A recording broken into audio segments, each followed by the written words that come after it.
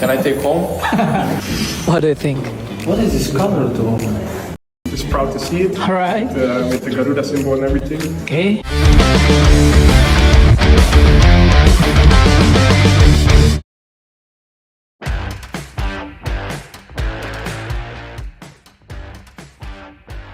Segala persiapan terus dilakukan untuk menyambut pertandingan di bulan Maret nanti, termasuk para pemain yang berusaha untuk menampilkan performa maksimal di level klub.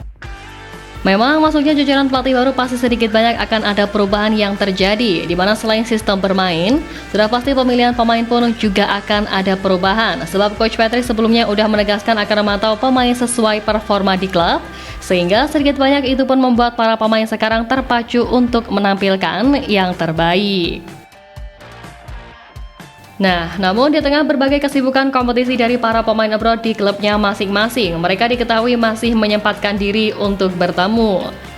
Ya, para pemain yang kini dipimpin oleh Patrick Kluivert itu berkumpul untuk menjalani pemotretan jersey timnas Indonesia yang baru. Dari unggahan Instagram Misilgas terpantau, beberapa pemain klub Eropa diantaranya adalah Tom Hai, Ragnar Uratmangun, Sandy Walsh, Kelvin Verdong, dan Sain Patinama. Meski tak memberikan spoiler tentang pemotretan, mereka pun menyempatkan diri untuk makan bersama dan bercengkrama. Bahkan ada momen di mana Kelvin Verdong tiba-tiba buat salah fokus supporter timnas Indonesia, di mana hal itu dibagikan oleh Ragnar Uratmangun dalam story eksklusif Instagram pada Selasa 21 Januari yang nampak tengah memotret Misilgas diusili oleh Kelvin Verdong.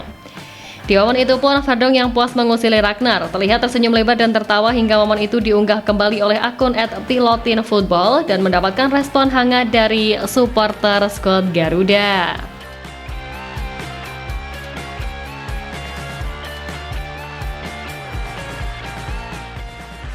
Ya, memang maklum dengan pelatih baru yang hadir, pastinya ada beberapa hal yang akan berubah sehingga nggak ada yang jamin apakah para pemain yang dulunya sering menjadi langganan timnas akan dipasang starter atau tidak. Tapi beruntungnya sebagian besar pemain timnas khususnya yang abroad mampu tampil cukup baik bersama timnya, hal yang pastinya sangat positif bagi elemen timnas sebab Pak Erick Thohir sudah memastikan kalau siapapun pemain yang masih bisa berkontribusi untuk skuad Garuda dan atau kemarin tak kunjung dipanggil Sintayong karena masalah ataupun apa akan kembali dipanggil lagi. Nah, tentu saja melihat ini nama yang paling santer akan kembali ialah bek jangkung keturunan Inggris Elkan Bagot yang terakhir tampil bersama timnas Indonesia yang terjadi pada gelaran Piala Asia 2023 Januari tahun lalu. Memang hal ini tak lepas dari konflik antara Elkan Bagot dengan ex-pelatih skuad Garuda Sintayong pada tahun 2024 lalu. Konflik tersebut tercipta pada Mei 2024, di mana Elkan Bagot diduga mengabaikan panggilan dari Sintayong untuk membela timnas Indonesia U23 di playoff Olimpiade 2024 kontra Guinea U23. Karenanya pelatih asal Korea Selatan itu tak lagi memanggil Elkan Bagot sejak konflik tersebut, kendati timnas Indonesia memiliki sebanyak agenda sejak Juni hingga Desember 2024. Ya, meski bakal comeback atau tidaknya Elkan Bagot tergantung keputusan Patrick Kluivert maupun kondisi fisiknya dan performanya. Namun bek kelahiran Thailand itu punya kesempatan besar untuk kembali berseragam merah putih usai absen selama setahun lebih. Tentu saja menilik stok bek berkualitas di timnas Indonesia saat ini amat melimpah. Dengan hadirnya Misilgas dan juga Kevin Dykes, Elkan Bagot pun harus menunjukkan performanya dan siap bersaing dengan bek-bek lainnya untuk bisa kembali bermain bersama timnas Indonesia.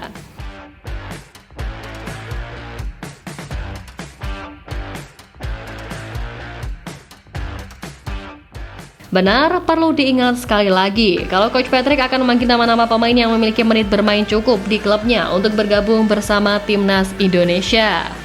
Keputusannya ini ternyata tak lepas dari diri Coach Patrick yang merupakan pesepak bola aktif di masanya dahulu. Pernah bermain untuk Newcastle United tepatnya pada periode 2004-2005 dan terbilang gacor karena mampu mengemas 13 gol dan 2 assist dari 37 pertandingan. Namun di balik keganasan di lapangan, Patrick Kluivert mendapatkan julukan yang kurang elok yakni Nightclub Patrick yang heboh diberikan oleh media besar Inggris The Guardian menyusul aksi Patrick di klub malam Newcastle demi seorang wanita Wolves. Bahkan The Guardian membuat poster meme seorang pria menari dengan wajah Patrick Kluivert tersenyum serta gadis dengan gaun merah.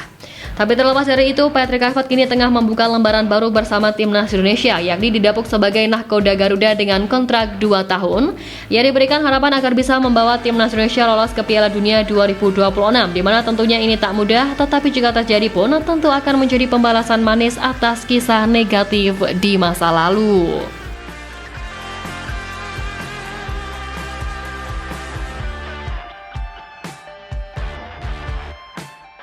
Ya, tentu dengan pandangan positif publik dunia terhadap peningkatan pesat Indonesia di era ini, Kluivert pun diharapkan mampu meneruskan langkah positif yang ada agar tak mematikan citra Garuda yang telah susah payah dibangun selama ini. Pencapaian positif yang ditunjukkan oleh skuad Garuda dalam beberapa waktu belakangan ini membuat berbagai pihak sampai terkagum-kagum.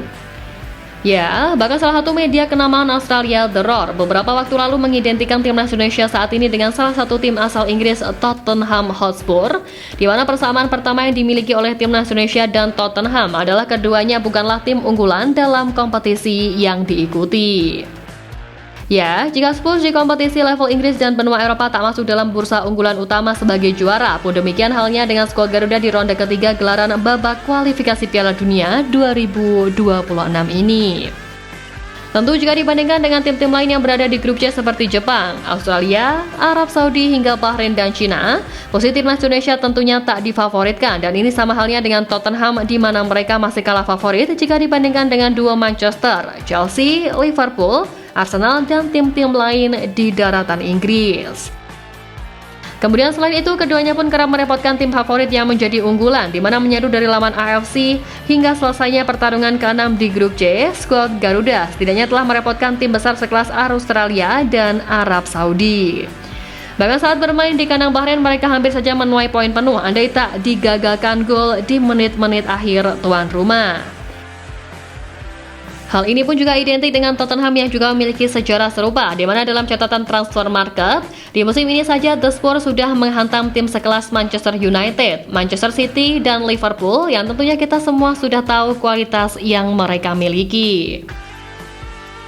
Hard to understand what happened to the Garuda, tulis The Roar dalam artikelnya. Ya, ini seolah menjelaskan kondisi pasukan Merah Putih di ronde ketiga babak kualifikasi yang uniknya sama dengan apa yang ada pada Tottenham. Sebagai sebuah tim, Tottenham memang kerap menjegal tim-tim kuat non-favorit, namun ketika berhadapan dengan tim yang selevel atau lebih rendah kualitasnya, mereka pun juga kerap tersandung. Ini ternyata juga identik dengan timnas Indonesia ketika mereka bisa menahan imbang Australia bahkan mengalahkan Arab Saudi. Namun di sisi lain mereka juga terkapar saat berhadapan dengan Cina yang memiliki level yang seimbang. Ya, namun meski demikian langkah dari skuad Garuda untuk melanjutkan perjuangan di 4 laga sisa ini tak bisa diremehkan begitu saja. Dengan adanya era baru ini, skuad Garuda harapannya mampu menembus level dunia yang telah dinantikan oleh seluruh masyarakat Indonesia saat ini. Amin.